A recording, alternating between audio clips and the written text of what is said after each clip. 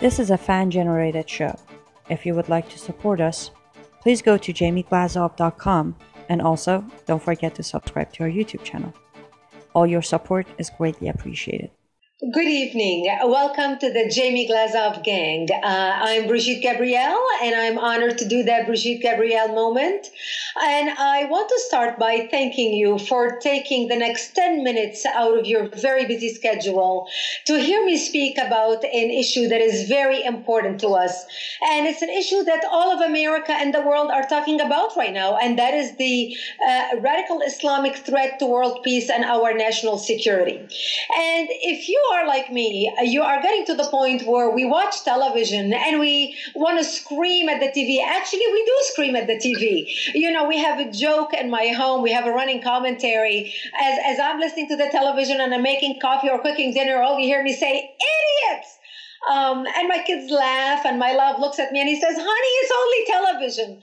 But we're getting to the point where the world is turned upside down. And when we hear our wuss of a president twist himself in a pretzel, trying to avoid speaking about the elephant in the room, and that is radical Islam, it is mind-boggling. I have smoke coming out of my ears when I hear the nonsense he's talking about.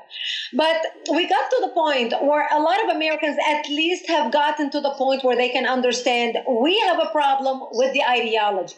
It is the ideology that is driving them. So finally, a lot of Americans now have gotten to the point where they can say, okay, fine, Islam is a peaceful religion, blah, blah, blah, blah, blah. But the ideology is different, and the ideology is what is driving them. So I thought today I'm going to share with you what exactly this ideology that everybody is talking about. You see, Prophet Muhammad got his revelation from the angel Gabriel in the early 600s that he is to be the last of the prophets. So he started preaching in his own city of Mecca, trying to convert his friends and his people in the city. And he tried and he tried and he tried for 12 years and failed. People thought he was a lunatic. They did not want to believe him. They did not want to have anything to do with him. So he was only able to recruit his immediate family and friends. So he decided, if I just go to Medina, which was the business Jewish hub of Arabia at the time, and preach to them, they maybe will accept me. And if they do, that will give me credibility and stature in the eyes of my own people. So in order to do that, Muhammad decided to borrow a lot from the Old Testament and incorporate it into his religion. And this is why we see a lot of nice words like the people of the books in the old in Islam, etc., in the early versions of Islam. So Muhammad thought, if I borrow a lot from the Old Testament, it will make my religion more palpable to the Jews. For example, Jews don't eat pigs, Muslims don't eat pigs. Jews pray a few times a day, Muslims pray a few times a day. Jews fast on Yom Kippur, Muslims fast on Ramadan.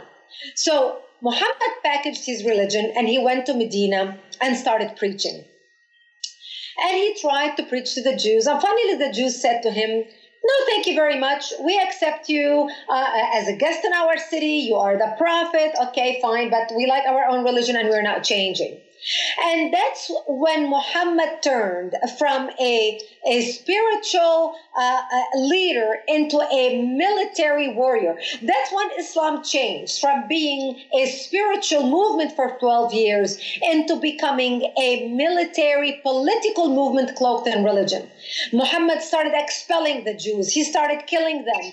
Jews and Christians became dhimmi, or second-class status under Islam. Jews and Christians were not allowed to pray publicly. They were not allowed to build churches. The Christians were not allowed to ring the church bells. Jews were not allowed to build temples. They were not allowed to blow the shofar. Jews and Christians were given identifiable clothing. For example, the yellow star, which was given to the Jews. The yellow star, which a lot of people think is a German invention, was actually an Islamic invention in the 9th century in Iraq by the second Caliph of Iraq, Khalif al-Mutawakkil, who came up with the yellow star for the Jews to identify them as they walk down the street. For the Christians, he came out with the zunar, the belt, that many of you men are watching me right now wearing a belt. That belt is the Islamic invention for the Christians, because Jews and Christians were considered second class. Jews in particular were considered najis or filth under Islam. So Islam continued to spread out of Arabia. They went all the way into Jerusalem. They conquered Jerusalem. And that's when the Pope in Rome in 1090 told the Christians of Europe, you need to go save the Christians in the Middle East. You need to go save the Christians in the Holy Land. And that's why the Crusaders were launched. The Crusaders were not launched because they wanted to go evangelize the world into Christianity. The Crusaders were launched to liberate Jerusalem. And they were able to liberate Jerusalem for less than 100 years before Saladin took the city back. And Jerusalem remained under Islamic control until the year 1967, when the State of Israel liberated Jerusalem and Christians, Jews, and Muslims were able to worship under the same sky. Islam continued to expand. They went all the way to Spain. They conquered Spain. They went all the way to Central Europe. They went to Africa. They went to China. They went to India. And at one point, Islam covered more of the earth's surface than the Roman Empire did at its peak. By the 1600s, between the 1600s and the 1800s, the European armies, the Europeans were experiencing the Industrial Revolution. That's when the Europeans were able to develop product and sell it on the market so fast that they were able to bring in a lot of money so fast. And that gave them the ability to build an army and basically build a military, and were able to stop the Islamists at the gates of Vienna on 9/11. And that's exactly why that date is very important in the Islamic calendar. Osama bin Laden did not choose 9/11 as a date out of the thin blue air. Osama bin Laden chose it because it was a symbolic date. The Europeans stopped them at the gates of Vienna, and they started pushing the Muslims out. As they pushed the Muslims out, they drove them all the way out of Europe. They drove them all the way into the North Africa and the Middle East. And as the Islamist empire or the Islamic State shrunk, the money pipe where the Christians and the Jews were paying the jizya or the protection tax started shrinking as well. The Islamic Empire finally ended in 1924 in Turkey by President Ataturk. By the time the Islamic State or the Islamic Caliphate ended in Turkey in 1924, the Islamic Caliphate had ruled for 1400 years, and it was responsible for the killing of 270 million people worldwide. And remember, at that time, there was no weapon of mass destruction. They were killing people with shovenittes and biles and swords. And this is when the Islamic Empire ended. Most people do not know this history. So a group of people 5 years later in Egypt got together and they said, how can Christendom win over Islam? Islam is superior to all other religions. Muslims are superior to all other people. We need to resurrect the caliphate. But a lot of people thought the caliphate will never be resurrected. Islam is over. A lot of scholars in the 30s and 40s. But two things happened that helped the Islamists resurrect the caliphate.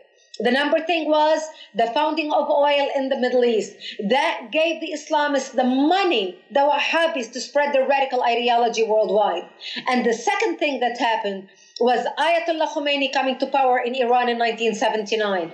That gave them the spiritual covering. So now they have the money and the spiritual covering, and they exploded on the world stage in 1980. And today, they already established or re-established the Islamic Caliphate.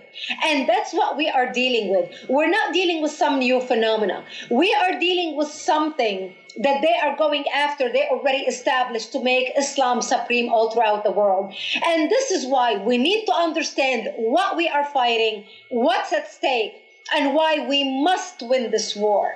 And I encourage everybody listening to this interview to please go to our website, actforamerica.org, and join us. We are the largest national security grassroots movement in the United States with 300,000 members and 1,000 chapters nationwide.